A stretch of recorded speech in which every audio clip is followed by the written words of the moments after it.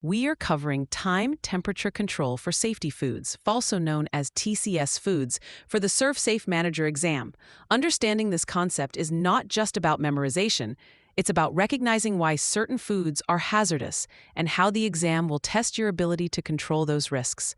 TCS foods are items that have characteristics ideal for bacterial growth. Specifically, they are moist, rich in protein, and have a neutral or slightly acidic pH. The core principle you must know for the exam is that these foods cannot be held in the temperature danger zone, defined by the FDA Food Code as being between 41 degrees Fahrenheit and 135 degrees Fahrenheit, for too long. Pathogens can multiply rapidly in this range, making the food unsafe. The exam will expect you to identify TCS foods from a list. This list includes the obvious items like milk and dairy products, meat, poultry, fish, shellfish, and eggs. It also includes heat-treated plant foods, which is a common trap. For example, dry rice or pasta is not a TCS food, but once you cook it by adding water, it becomes a TCS food because the moisture makes it a perfect breeding ground for bacteria. The same applies to baked potatoes and cooked beans. Another major category tested is cut fruits and vegetables.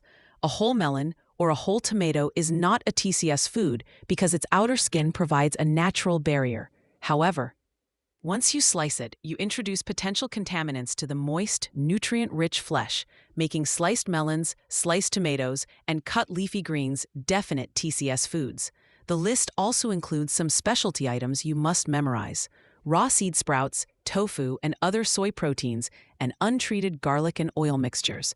Expect scenario-based questions designed to trick you. A question might ask which of these items can be safely stored at room temperature: a whole cantaloupe, a carton of milk, a sliced tomato, or a baked potato. The only correct answer is the whole cantaloupe. The exam frequently tests the difference between whole versus cut produce and dry versus cooked starches. Another common trap involves garlic in oil mixtures. The oil can create an oxygen-free environment where Clostridium botulinum, the bacterium that causes botulism, can thrive if the mixture is not refrigerated or otherwise treated. A question might describe a chef leaving a house-made garlic and oil blend on a prep counter. This is a critical violation. You must also know the holding temperatures precisely. Cold TCS food must be held at 41 degrees Fahrenheit or lower, and hot TCS food must be held at 135 degrees Fahrenheit or higher. Here is a mental shortcut to help you on the exam.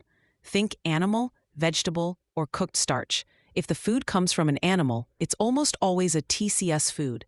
If it's a vegetable or fruit that has been cut or sliced, like a melon or tomato, it becomes a TCS food. And if it's a starch like rice, pasta, or potatoes that has been cooked, it is now a TCS food.